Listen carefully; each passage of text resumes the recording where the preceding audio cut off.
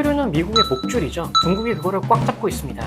지금 양강 간의 구도는 미국은 중국에게 엔비디아 GPU 칩을, 중국은 미국에게 히토류를 그렇게 서로 밀당을 하면서 관세 전쟁을 벌이고 있는 거예요. 자, 쉽고 빠르게 들어가 보자면은 챗GPT처럼 대형 모델을 돌리려면 엄청난 컴퓨터 서버가 필요하죠. GPU랑. 이 서버가 덥고 시끄럽게 돌아가지 않게 해주는 게 바로 히토류입니다. 물론 다른 여러 첨단 산업과 방산에도 엄청나게 많이 쓰입니다. 하지만 오늘은 앞으로 미래의 먹거리 중 하나인 AI 집중을 해서 설명을 드릴게요. 왜 히토류 없는 AI가 뻑가는 건지 간단하게요. AI 데이터 센터나 서버 인프라에 있어가지고 AI 훈련이나 추론을 위해서는 수천 개 서버가 24시간 풀 가동됩니다. 이 서버들이 열폭주 위험이 되게 크죠. 냉각팬, 모터의 히토류 자석, 네오디뮴이나 디스프로슘이 필수입니다. 이 자석들은 기존 자석보다 10배 강한 자력으로 서버를 조용하고 효율적으로 시켜요. 데이터 센터에서는 에너지의 40%가 냉각에 쓰입니다. 히토류 없이는 전기 요금 폭탄인 거죠. 게다가 하드드라이브에 히토류가 들어가 AI 데이터를 저장합니다. 상상해보자면은 구글 데이터 센터가 히토류 부족으로 과열이 된다. 그럼 AI 서비스가 다운되는 거예요. 제미나이, 챗GPT, 얼마 전에 사용해본 나노바나나 다 못합니다. 그리고 엔비디아나 AMD GPU는 AI의 심장이죠. 여기서 히토류인 란타넘이나 세륨은 레이저, 광학 렌즈에 쓰여서 칩 생산을 정밀하게 합니다. 유로듐이나 테르듐은 형광색 디스플레이 들어가서 AI 칩이 빛나게 작동을 하게 해줘요. 게다가 AI 칩 제조 과정에서 히토류 촉매가 불순물을 제거를 합니다. 예를 들면 엔비디아의 H100, GPU 1개에 네오디뮴 0.1g이 필요한 거죠. AI 칩 1억 개가 출하가 될 때에는 네오디뮴 10톤이 필요한 겁니다. 그리고 테슬라의 옵티머스나 피규어 로봇의 근육에도 쓰입니다. AI 로봇 모터에 네오디뮴 자석이 필수고요. 이게 들어가야지 가볍고 강력해져서 로봇이 춤추듯이 움직이는 거죠. 물론 아직까지 중국 친구들에 비해서 미국 친구들이 그렇게까지 부드럽게 움직이는 것 같지는 않습니다. 자율주행차 센서에도 히토류가 들어가서 AI가 길을 읽어주는 거예요. AI는 고성능 그리고 소형화가 때로 요구가 되죠. 이 히토류 자석들이 10배 효율을 주는 겁니다. 한마디로 히토류 없이는 AI가 에너지 괴물로 변하는 거죠. 데이터 센터가 과열되고 GPU가 느려지면서 우리가 계속해서 봐왔던 AI 혁명이 멈추는 거고,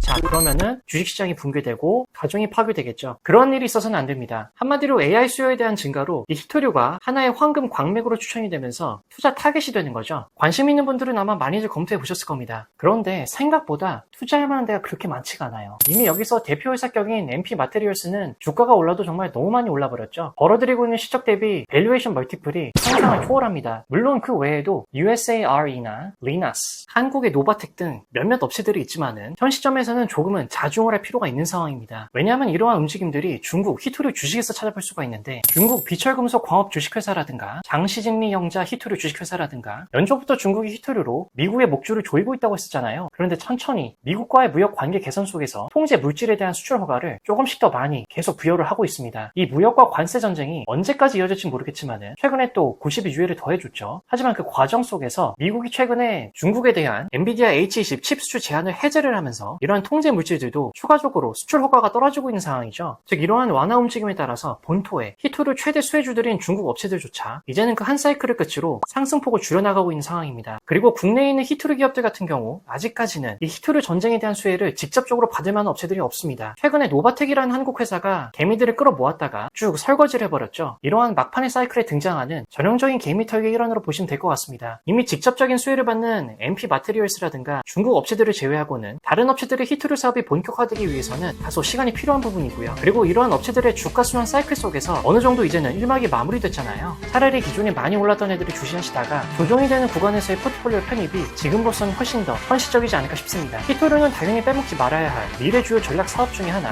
AI에 있어서 필수적인 투자 기회입니다. 다만 현 시점에서 추격 매수를 하기에는 다소 그림이 부담스럽지는 않을까 싶네요.